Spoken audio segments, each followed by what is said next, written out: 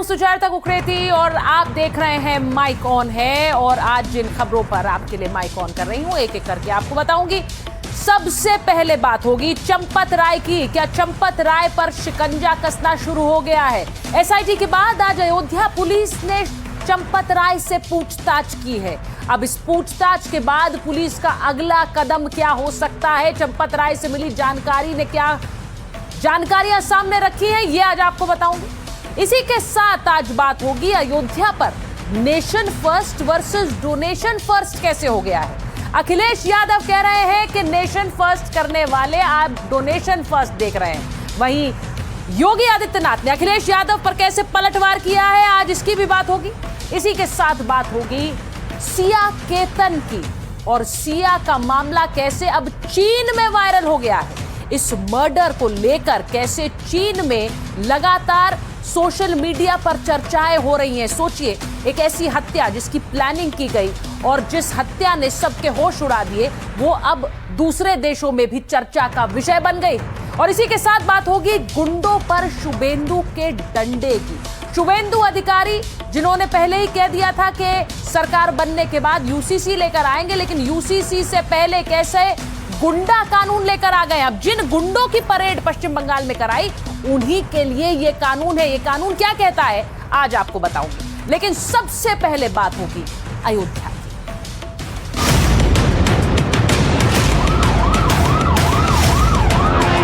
पैसा बरामद हो गया। ये कहाँ बरामद? तुम हमका पकड़ा दियो ये छरवा और कहते बरामद नहीं कर।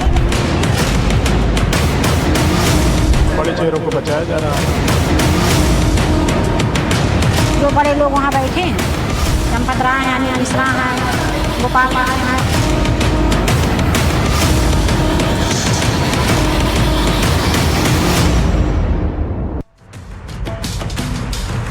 आज सबसे पहले आपको बताती हूं कि अयोध्या में दान चोरी के मामले में किस तरह से पुलिस ताबड़तोड़ कार्रवाई कर रही है। अब सबसे पहले आपको बताती हूं कि टिन्नू यादव के ठिकानों पर आज छापेमारी हुई है। उसी की ये तस्वीरें आप देख रहे हैं। पुलिस की एक पूरी टीम न सिर्फ टिन्नू यादव के घर बल्कि करीबियों के भी घरों पर पहुंची।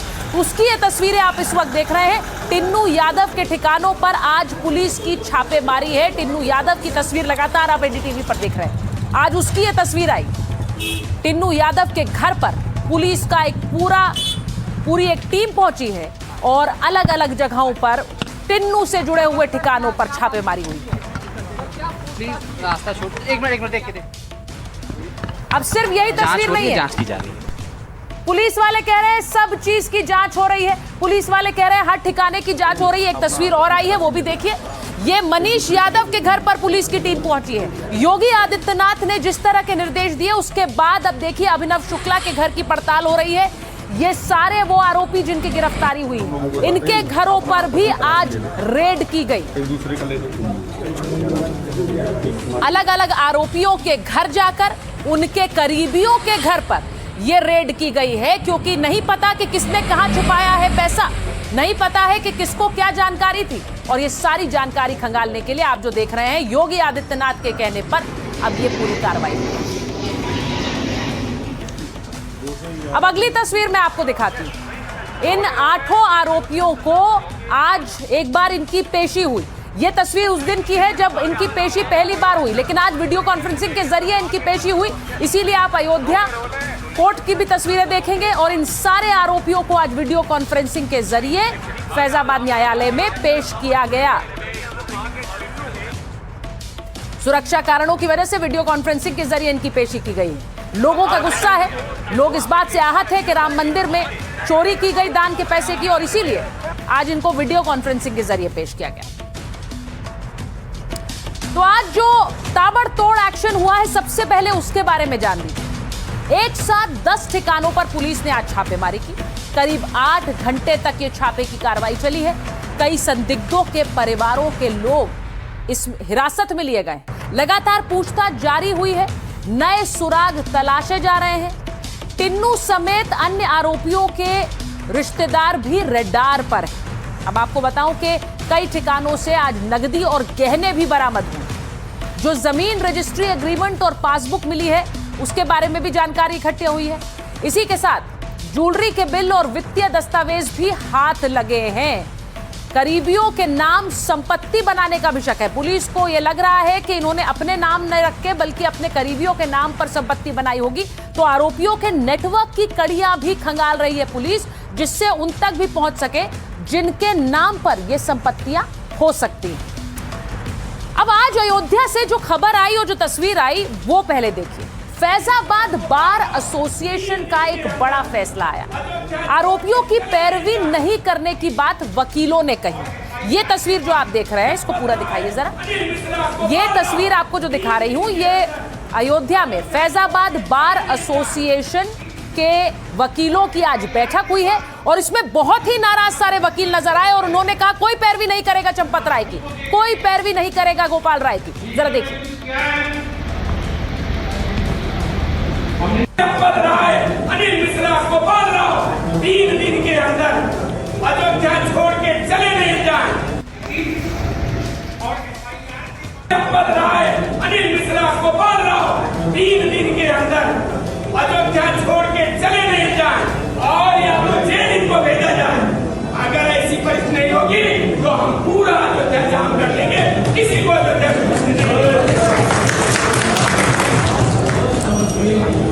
चंपत राय, अनिल मिश्रा, गोपाल राव 3 दिन के अंदर अयोध्या छोड़ के चले नहीं जाए और या तो जेल इनको भेजा जाए। अगर ऐसी परिस्थिति नहीं होगी तो हम पूरा अयोध्या जाम कर लेंगे, किसी को अयोध्या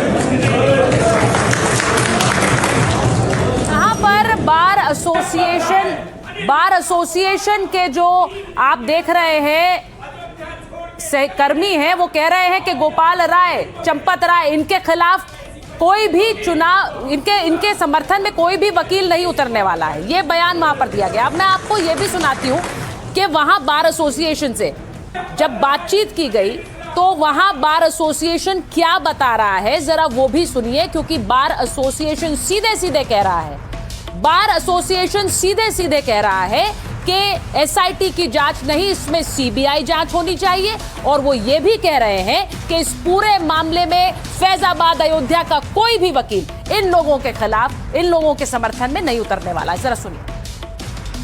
चंपत राय, अनिल मिश्रा, गोपाल राव 3 दिन के अंदर अयोध्या छोड़। मिश्रा जी, बार ने आज क्या फैसला?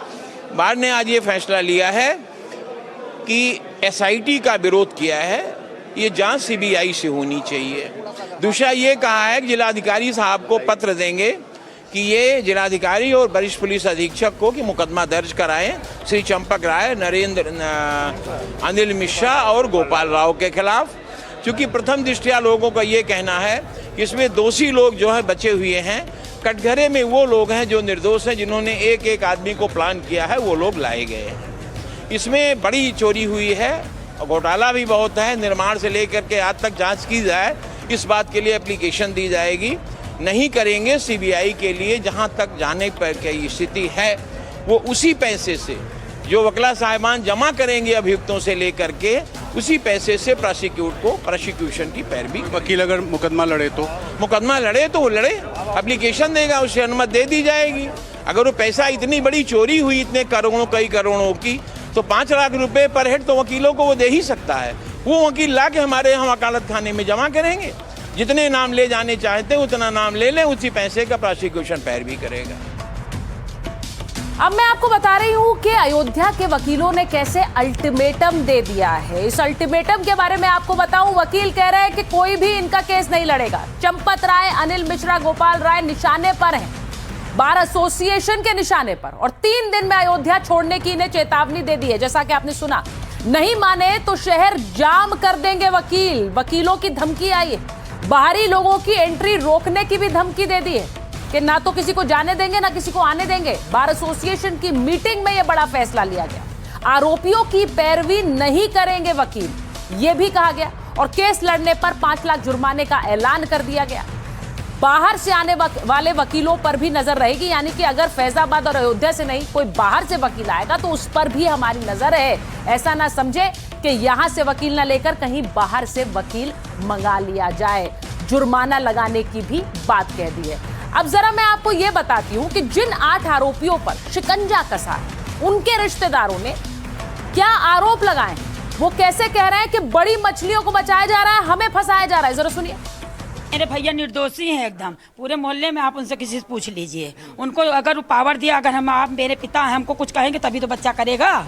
बिना माँ बाप के मर्जी से कोई काम कर लेगा? कोई सामान रखा, आप कहेंगे दे दो बच्चे, बाबू तो देंगे हम। कौन है वो मर्जी रखने वाला पिता? जो वहाँ अनिल मिश्रा है, वो राय साहब हैं, और चंपत राय हैं, और कौन है? जैसे तुम मेरे भाई हो, हमसे कुछ कहोगे बहन ये कर दो तो अभी करेंगे हम। ये झूठा आरोप लग रहा है। अरे बहुत पैसा बरामद हो गया। ये कहाँ बरामद? तुम हमको पकड़ा दियो ये झुरवा, और कहो जो बरामद होगा तो भैया जबरदस्ती तो खुद पकड़ा दो। सीबीआई जांच चाहते हैं, इसमें सही तरीके से सीबीआई जांच हो और न्याय हो, किसी को निर्दोष न फंसाया जाए। किसी को बचाया जा रहा है? आपको लगता है किसी को बचाया जा रहा है, किसी को फंसाया? बड़े चेहरों को बचाया जा रहा है।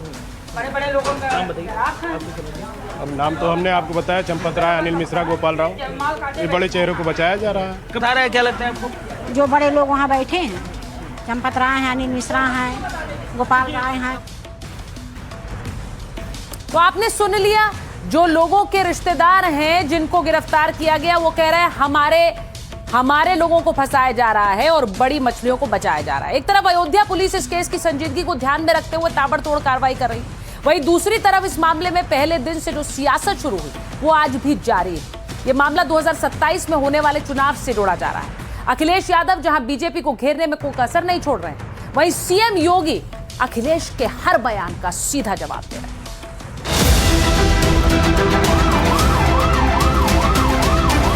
श्री कृष्ण जन्मभूमि पर खुल करके बोल दीजिए और बोलिए ना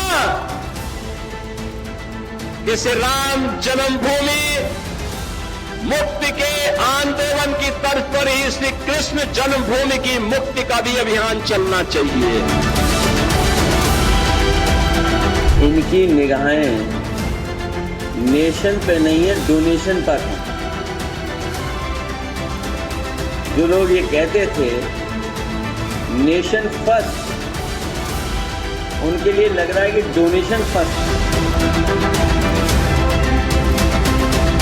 अरे आप क्या धार्मिक नगरी बनाएंगे? आपने तो अपना इतिहास देखे, राम भक्तों पर गोली आप ही के लोगों ने चलाई थी, आप ही की सरकार ने चलाई थी, समाजवादी पार्टी की सरकार ने। मुख्यमंत्री जी जो रिकॉर्ड बना रहे थे अयोध्या जाने का, इसी बात का रिकॉर्ड बना रहे थे कि वहाँ चोरी होती रहे क्या? फिर क्या कारण है कि रिकॉर्ड बनने के बाद भी, इतनी यात्राओं के बाद भी उनकी जानकारी में नहीं आया कि इस तरह का मंदिर परिसर में इस तरह की चीजें हो रही हैं? आपने तो थानों में और जेलों में कृष्ण जन्माष्टमी के आयोजन को भी रोक दिया था, कांवड़ यात्रा पे प्रतिबंध लगा दिया था। जिस तरह का विकास या जिस तरह का अयोध्या का काम होना चाहिए था, दुनिया के लोग जहां आते हैं तो कम से कम दुनिया के वर्ल्ड क्लास इंफ्रास्ट्रक्चर तो हो। और अब तैयारी करिए कि हम कृष्ण कन्हैया के लिए भी कुछ कर सकें। तो योगी आदित्यनाथ अब चैलेंज दे रहे हैं अखिलेश यादव को कि राम भक्त तो आप बन नहीं सके, लेकिन अब कृष्ण कन्हैया पर कुछ बोल लीजिए। ये सब बयानबाजी अखिलेश वर्सेस योगी आदित्यनाथ चल रही है, लेकिन इन सब के बीच जिन लोगों को गिरफ्तार किया गया, उन लोगों के परिवार वाले सीधे चंपत राय पर अब सवाल उठा रहे हैं। माइक ऑन कर रही हूं चंपत राय पर। पहले दिन से जिस नाम के इर्द गिर्द पूरी कहानी घूम रही है वो चंपत राय। आज अयोध्या पुलिस ने पहली बार उनसे पूछताछ की है, तो चंपत राय और इन्हीं के साथ गोपाल राव भी अब निशाने पर हैं। बार एसोसिएशन ने साफ कहा है कि चंपत राय, अनिल मिश्रा का इस्तीफा हो गया, जबकि गोपाल राव अभी भी ट्रस्ट में बने हुए हैं। तो अनिल मिश्रा और चंपत राय के इस्तीफे के बाद गोपाल राव का क्या होगा? आपको बताती हूं कि चढ़ावा चोरी केस में क्या अब इस तिकड़ी की मुश्किल बढ़ गई। चंपत राय पर शिकंजा कसता दिख रहा है। पुलिस ने चंपत राय से सवाल जवाब किए। अब एफआईआर के बाद आज पहली बार पूछताछ हुई है चंपत राय से। एसआईटी ने पहले मंदिर के अंदर जाकर पूछताछ की थी, सवाल पूछे थे। आज अयोध्या पुलिस ने पूछताछ की। कर्मचारियों की भूमिका पर सवाल पूछे गए, संदिग्ध लोगों की जानकारी जुटाई गई, 5 जून की चोरी का पूरा ब्यौरा लिया गया। बयान के बाद 140 लोग रडार पर आए। गोपाल राव के हटने की चर्चा तेज हुई। कैमरों की निगरानी में उनकी भूमिका बताई जा रही है। 11 जुलाई को ट्रस्ट की अब अगली बैठक तय। संदिग्ध कर्मियों पर अंतिम फैसला इस बैठक में होगा, लेकिन उससे पहले सवाल जवाब का क्रम चंपत राय से और उनके साथ इस पूरी तिगड़ी से शुरू हो चुका है। अब इन पर क्या एक्शन होगा ये बताऊं।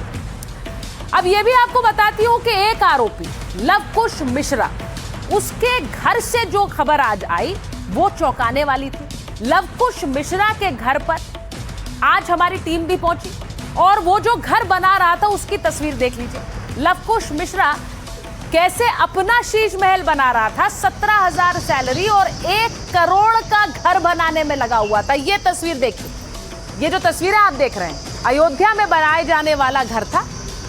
अब इस लवकुश मिश्रा के घर को लेकर जो जानकारियां सामने आ रही, अब सवाल तो यहीं से खड़े हो जाते हैं कि जिसकी सैलरी, जिसकी आय इतनी कम, वो 1 करोड़ का घर क्या बना सकता है।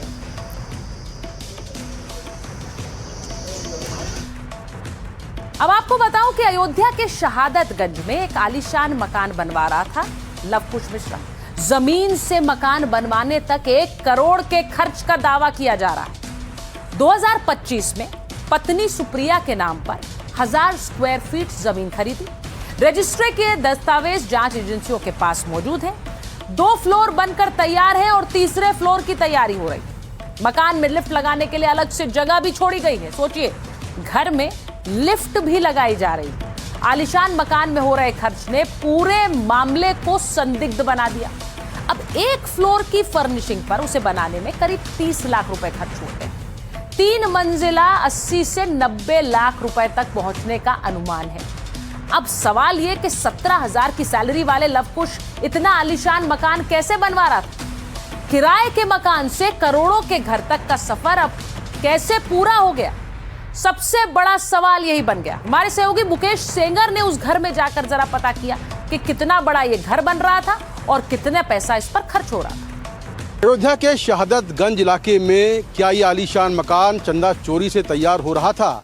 ये मकान है आरोपी लवकुश मिश्रा का और इस मकान के 2 मंजिल बन चुके हैं, जबकि तीसरे मंजिल को बनाने का काम चल रहा था और आप ऊपर सरिये लगे हैं, देख सकते हैं कि तीसरी मंजिल तैयार होने वाली थी। लेकिन उसके पहले ही जो लवकुश मिश्रा है उसको गिरफ्तार कर लिया गया। अक्टूबर 2025 में ये प्लॉट लिया गया था। 1000 स्क्वायर फीट का ये प्लॉट है जिस पर कई सारे कमरे हैं। ये देखिए ओपन किचन है, यहाँ पर ओपन किचन के अलावा ये देखिए सामने ओपन किचन है। इसके अलावा ये सामने एक कमरा है। इसके साथ अगर थोड़ा पीछे आएंगे तो यहाँ पर एक कमरा है।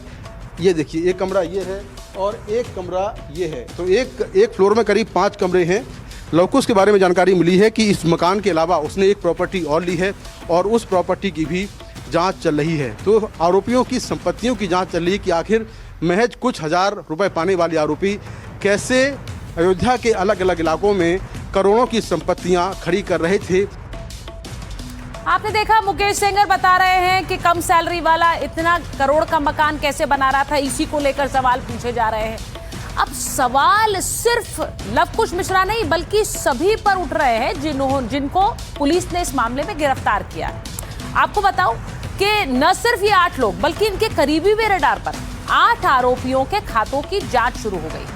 अलग अलग बैंकों में जांच की जा रही है। खातों की हिस्ट्री, संदिग्ध ट्रांजैक्शंस पर फोकस किया जा रहा है। अचानक आई बड़ी रकम जांच के दायरे में। आरोपियों के बैंक लॉकर्स भी पुलिस खंगाल रही है।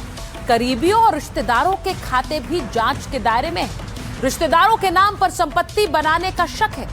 पैसे के पूरे नेटवर्क की पड़ताल जारी है। तो ये सब कुछ हो रहा है, लेकिन इन सब के बीच सियासी बयानबाजी भी अपने चरम पर है। योगी आदित्यनाथ को लगातार घेरे में ले रहे हैं अखिलेश यादव और अखिलेश यादव ने आज इस चंदा चोरी को लेकर एनडीटीवी से एक्सक्लूसिव बातचीत की।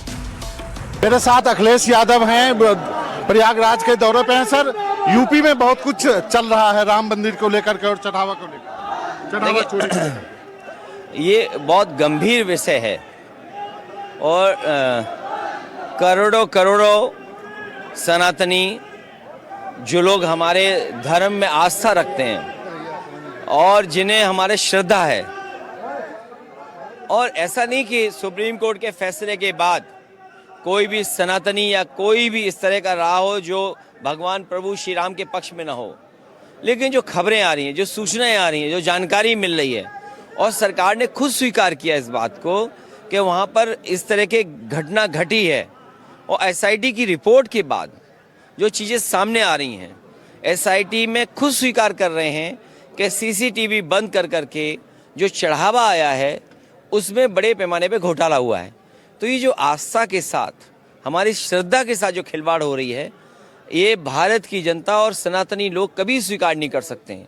मैंने तो यहाँ तक कहा कि भाई हमारे धर्म, हमारा समाज ऐसा है कि अगर एक बार सीसीटीवी ऑफ कर दें, लाइट बंद कर दें, कोई ना देखे, तो जो चढ़ावा लेके गए वो पुनः रख सकते हैं, लेकिन कम से कम उनके लिए रास्ता तो खोलें। और फिर सवाल सबसे बड़ा ये खड़ा होता है कि जो ट्रस्ट की अगर जांच कर रही है एसआईटी, आपने रिपोर्ट किसको दी है? आपने रिपोर्ट किसको दी है?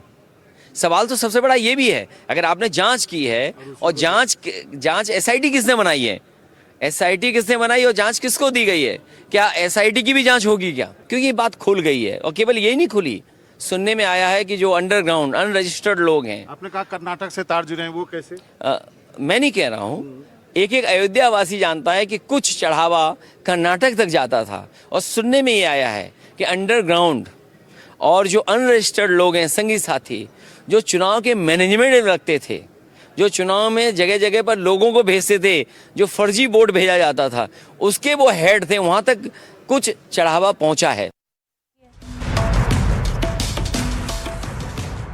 और अब हम बात करेंगे उस मर्डर मिस्ट्री की, जो कि अब मिस्ट्री नहीं रही, लेकिन उसको लेकर रोज नए खुलासे हो रहे हैं। कैसे केतन की हत्या की सिया और चेतन ने मिलकर, इसे लेकर पुलिस ने आज बकायदा बयान दिया है। लेकिन बड़ी बात यह है कि चेतन और सिया की इस मर्डर की कहानी भारत से दूर अब चाइना तक पहुंच गई है। वो आगे आपको दिखाऊंगी, लेकिन पहले तस्वीरें आपको दिखाती हूं। तस्वीर भले ही शनिवार की है, लेकिन न्याय की मांग केतन का परिवार आज भी कर रहा है। ये तस्वीर जरा देखिए। शादी के नाम पर जो धोखा हुआ, उसका गुस्सा लोगों में है, जो सड़कों पर दिखा।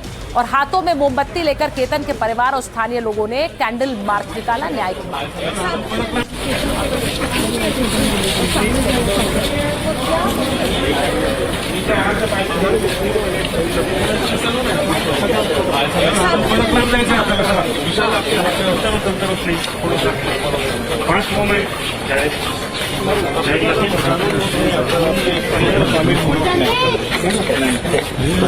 तो एक तरफ न्याय की मांग हो रही है, तो दूसरी तरफ चीन में इस हत्याकांड की चर्चा हो रही।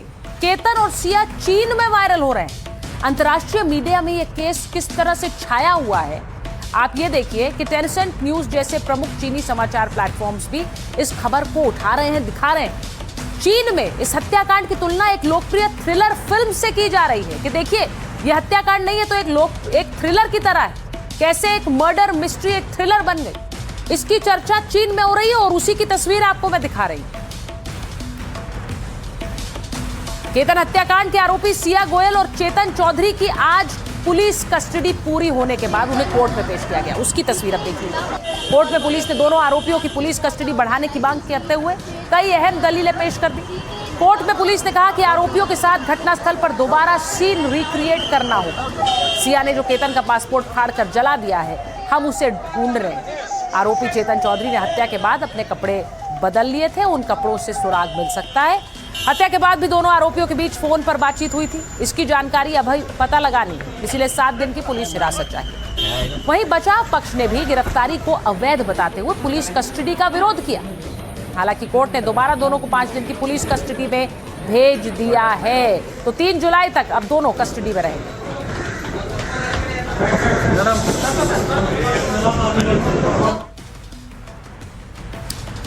आज आपको बताती हूं कि कैसे सिया और केतन को मारने के लिए गूगल पर क्लास ले रहे थे।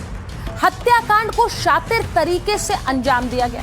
सोची समझी प्लानिंग के तहत केतन को धक्का दिया गया। मर्डर के लिए सिया और चेतन ने कई प्लान्स बनाए थे। दोनों ने देखा कि कौन से तरीके से वो बच जाएंगे, किस तरीके से वो बाद में पकड़े नहीं जाएंगे। गूगल, यूट्यूब पर दोनों ने हत्या के तरीके सर्च किए थे। देखा कि ऊंचाई से गिरने पर मौत की कितनी संभावना है, कौन से तरीके से हत्या करने पर वो सुरक्षित बच सकते हैं लेकिन केतन नहीं बचेगा, किस तरीके में पकड़े जाने का खतरा सबसे कम होगा। कई तरीके देखने के बाद लोहागढ़ का जो प्लान है उसे फाइनल किया गया। वारदात से पहले सिया चेतन ने बकायदा मीटिंग की और मीटिंग में सिया को किले के उस स्पॉट की जानकारी दी जहां से केतन अग्रवाल को नीचे खाई में धक्का देना था। अब डिजिटल फोरेंसिक जांच में कई खुलासे होने की संभावना है। आरोपियों के फोन से सर्च हिस्ट्री निकालने की कोशिश की जा रही है। मर्डर प्लानिंग से जुड़े डिलीटेड चैट्स वो भी निकालने की तैयारी है, जिसमें दोनों ने लोहागढ़ के खास स्पॉट का जिक्र किया था और बातचीत की थी। तो ये सब कुछ पुलिस इस वक्त कर रही है। अब आपको यह भी बताऊं कि सिया गोयल को सीन रिक्रिएशन लेकर पुलिस गई और इस दौरान सिया पता चला कि कैसे चेतन के साथ मिलकर उसने केतन को खाई में धक्का दिया। तो ये तस्वीरें आज आप देखिए, पुलिस ने 28 जून को रिक्रिएशन के लिए लेकर गई और आज एक बार फिर से रिक्रिएशन के लिए लेकर गई है पुलिस। सामने देखिए सिया है,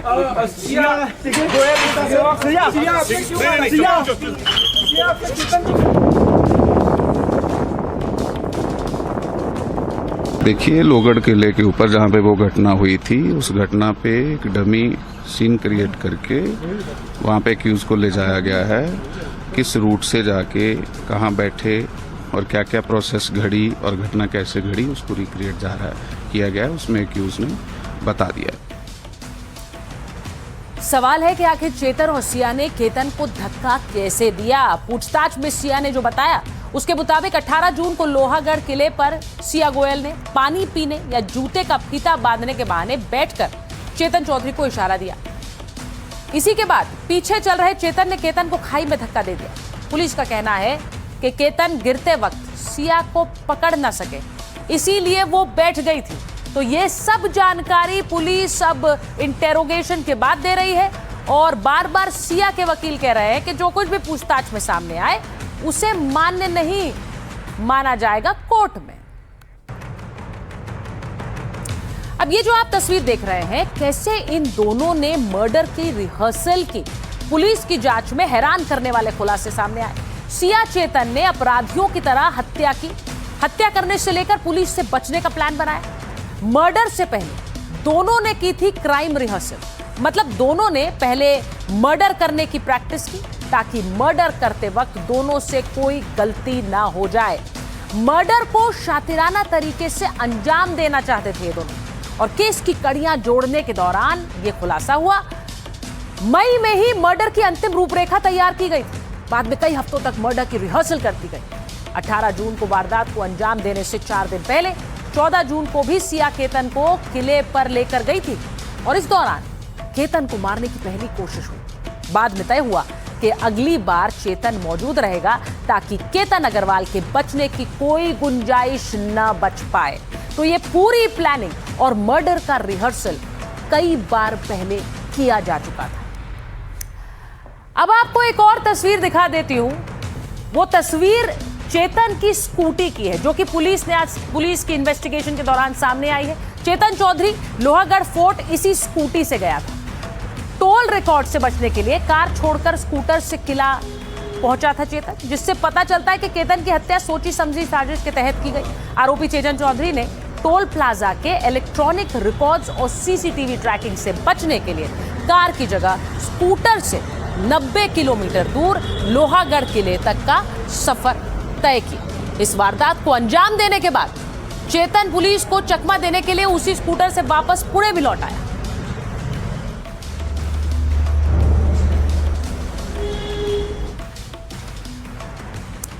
आपको यह भी बताती हूं कि पुलिस इन्वेस्टिगेशन अब इन दोनों के फोन कॉल्स की कर रही है। पुणे पुलिस की टेक्निकल सर्विलांस टीम जांच में जुटी है। सिया गोयल और चेतन के मोबाइल की गहन जांच की जा रही है। अब जांच में साजिश का सबसे बड़ा डिजिटल सबूत मिल गया है। कॉल डेटा रिकॉर्ड्स के मुताबिक बड़ा खुलासा हुआ है। 18 जून को लोहागढ़ से जब केतन को नीचे धकेला गया, ठीक 34 मिनट के बाद दोनों की आखिरी बार 34 मिनट पहले दोनों की आखिरी बार बात हुई थी। पुलिस का मानना है कि आखिरी कॉल सबसे अहम है। कॉल के दौरान ही सिया ने चेतन को सारी जानकारी दी। किले के उस खास पॉइंट पर केतन की सटीक लोकेशन, जहां आसपास मौजूद लोगों की मौजूदगी नहीं होने का सिग्नल मिले। ये सब कुछ हुआ, बात हुई कि अब केतन को धक्का देने का सही समय आ गया है और पुलिस सूत्रों के मुताबिक हत्याकांड को अंजाम देने के बाद अपने अपने फोन से 3 महीने का चैट बैकअप दोनों ने हटा दिया। अब पुलिस को सुराग न मिल सके, इसके तहत ऐसा किया गया। लेकिन पुलिस तो फिर से डेटा रिट्रीव कर रही और दोनों के फोन लोकेशन का मिलान कर रही है, जिससे पता लग सके कि आखिरी कॉल के समय क्या कुछ हुआ। ये सारी जानकारी जुटा रही है पुलिस, ताकि कोर्ट में भी प्री प्लान्ड मर्डर के तहत पेश किया जा सके इस मर्डर को। तो ये सब कुछ पुलिस कर रही है इस वक्त, उनकी कॉल डेटा खंगाल कर। अब आपको बताऊं कि पूछताछ में एक और खुलासा हुआ, जिससे पता चलता है कि केतन की हत्या का प्लान जनवरी में ही बन गया था। हैरानी की बात यह है कि इतने समय तक सिया केतन के साथ प्यार की एक्टिंग भी कर रही थी, जबकि उसकी मंशा उसे मारने की थी। अब पता चला है कि सगाई से ठीक पहले चेतन के साथ सिया उदयपुर गई थी। पुलिस के मुताबिक जनवरी के महीने में ये दोनों राजस्थान गए थे, वहां काफी समय तक साथ भी रहे। तो ये भी अब जांच के दायरे में आएगा कि कैसे पहले समय समय पर चेतन के साथ बाहर जाती रही, तो फिर केतन के साथ शादी के लिए हाँ क्यों कहा। केतन अग्रवाल हत्याकांड में कई खुलासे हो रहे हैं और उनमें एक ऐसा खुलासा जिसे सुनकर आप हैरान हो जाएंगे। मर्डर के बाद आगे के लिए भी प्लान बनाया गया था। सिया चेतन ने शातिर बैकअप प्लान तैयार किया था। केतन अग्रवाल को रास्ते से हटाने के बाद की जिंदगी यह भी तय कर ली गई थी। आगे अपराध छिपाने के लिए पूरी प्लानिंग की गई थी। शादी से पहले ही सिया ने केतन से 1 करोड़ ऐंठे थे।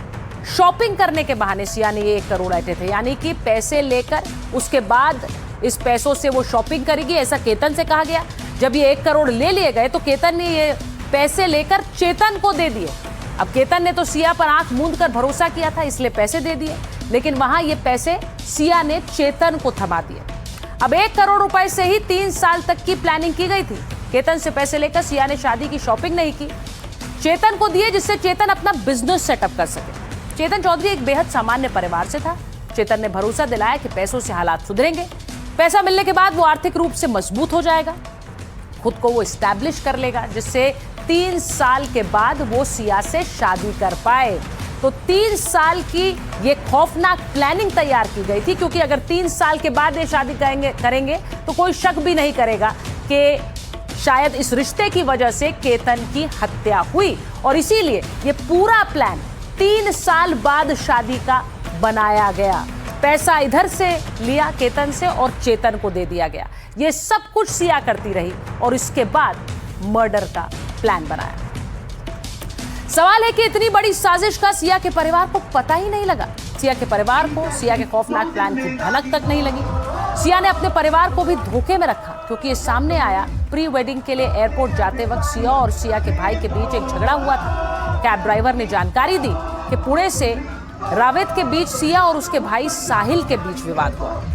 कैब ड्राइवर ने बताया कि साहिल सिया को गाड़ी में बैठने के लिए जबरदस्ती मना रहा था। यह भी सामने आया कि केतन सिया की शादी के बाद साहिल और केतन की बहन संजना की भी शादी का प्लान था। और सूत्रों के अनुसार अग्रवाल और गोयल परिवार ने यह तय किया था कि पहले केतन अग्रवाल और सिया गोयल की शादी होगी, जिसके बाद केतन की बहन संजना अग्रवाल और सिया के भाई साहिल गोयल के रिश्तों की बातचीत आगे बढ़ाई जाएगी। और इसी क्रम में अब सिया के परिवार से भी पूछताछ हो रही है। आप इस वक्त साहिल की तस्वीरें देख रहे हैं। सिया के भाई साहिल को भी पूछताछ के लिए बुलाया गया। साहिल एक अहम कड़ी साबित होगा। इससे पहले सिया के परिवार वालों से भी पूछताछ हो चुकी है और सिया की मां कह चुकी है, अगर मेरी बेटी ने मारा है तो उसे भी फांसी दे दो, उसे भी उसी जगह से धक्का दे दो जहां से चेतन आरोप लगाए जा रहे हैं, क्या कहेंगे आप?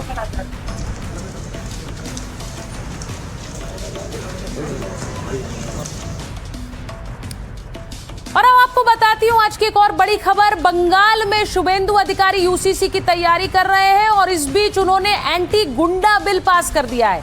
अभी एंटी गुंडा बिल क्या है ये आपको मैं आगे दिखाऊंगी, लेकिन आपको सबसे पहले तस्वीरें दिखा देती हूं कि कैसे शुभेंदु अधिकारी ने आते ही, बंगाल में सरकार बनते ही, कैसे गुंडों की बैंड बजाना शुरू किया, कैसे गुंडों पर एक्शन लिया। अब उसी कड़ी में आप देखिए कि ये तस्वीर जो आई, जहांगीर खान जिसे बड़ा माफिया माना गया, उसको कैसे पुलिस ने परेड करा दी थी। जहांगीर यानी पुष्पा को कैसे परेड कराई, ये तस्वीर आई थी। सिर्फ यही तस्वीर नहीं, जहांगीर खान की तस्वीर नहीं, आपको दिखाती हूं कि कैसे अलग अलग समय पर बंगाल में गुंडों को पुलिस ने परेड कराकर एक संदेश देने की कोशिश की कि गुंडागर्दी इस प्रदेश में अब बर्दाश्त नहीं होगी। तो ये आकाश सिंह की तस्वीर आपको दिखा रही हूं। ये आकाश सिंह की तस्वीर है। और आपको याद होगा टीएमसी ने कैसे चुनाव के बाद गुंडागर्दी की थी, उसकी भी तस्वीरें आई थी। वो तस्वीरें भी जरा चलाइए। टीएमसी की गुंडागर्दी की तस्वीरें सामने आई, ये तस्वीरें, ये देखिए। और इसीलिए इन तस्वीरों के बाद अब पश्चिम बंगाल में शुभेंदु अधिकारी की आज की तस्वीरें दिखा दीजिए।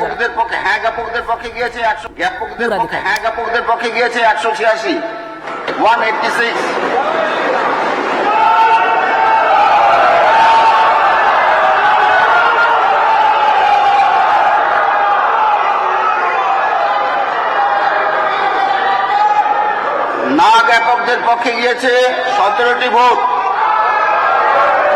विधानसभा में ये एंटी गुंडा बिल पास हो गया, जिसकी ये तस्वीरें आप देख रहे हैं। शुभेंदु अधिकारी आज फुल एक्शन में थे और इस बिल को पास किया। इंतजार किया जा रहा था यूसीसी का, लेकिन वो भी आगे इस पाइपलाइन में है बंगाल विधानसभा के। लेकिन आज एंटी गुंडा बिल पास हुआ। अब इसके बारे में आपको बता देती हूँ क्या है ये एंटी गुंडा बिल। बंगाल की शुभेंदु सरकार में अब बदमाशों की खैर नहीं, गुंडों पर लगाम लगाने के लिए शुभेंदु अधिकारी ने यह बड़ा कदम उठाया है। Public safety and control of anti social activities bill पेश किया। पश्चिम बंगाल में ऐतिहासिक गुंडा बिल पास हो गया। बिल की मदद से गुंडा तत्वों पर सख्त कार्रवाई की जा सकेगी। सरकार का मानना था कि पहले का कानून काफी नहीं था। यह बिल पुलिस को पहले से ज्यादा कानूनी ताकत दे रहा है। एसपी रैंक से ऊपर के अधिकारी की रिपोर्ट पर कार्रवाई होगी। रिपोर्ट के आधार पर व्यक्ति को हिरासत में लिया जा सकता है। अगर पुलिस को लगा कि कोई जन सुरक्षा के लिए खतरा है तो बिना मुकदमे के 1 साल तक हिरासत में रखा जा सकता है। गुंडों की संपत्ति जब्त करने का अधिकार भी पुलिस के पास रहेगा। बिल के तहत गुंडों के खिलाफ जिला बदली की कार्रवाई भी हो सकती है। जिला मजिस्ट्रेट, कलेक्टर, पुलिस कमिश्नर के पास पावर रहेगी। जिस व्यक्ति को इस बिल के तहत गिरफ्तार किया जाएगा उसे 1 साल के लिए जिले या क्षेत्र से बाहर निकाला जाएगा। इस 1 साल के दौरान ये वो जिले में एंट्री नहीं कर सकता है। समय समय पर उसे पुलिस के सामने भी पेश होना होगा। अपराधी ने ऐसा नहीं किया तो उसके खिलाफ कार्रवाई होगी। तो ये गुंडा बिल आज शुभेंदु अधिकारी की सरकार ने पेश कर दिया है। ये बड़ा एक्शन हुआ, लेकिन एक एक्शन और होना है। यूसीसी की बारी अब पश्चिम बंगाल में आ गई है। पश्चिम बंगाल की सरकार कह रही है कि अब राज्य में यूसीसी आना है। आपको याद है कि गृह मंत्री अमित शाह ने कहा था हमारी सरकार बनेगी 6 महीने के अंदर यूसीसी आएगा। तो अब पश्चिम बंगाल में यूसीसी की पूरी तैयारी कर ली गई।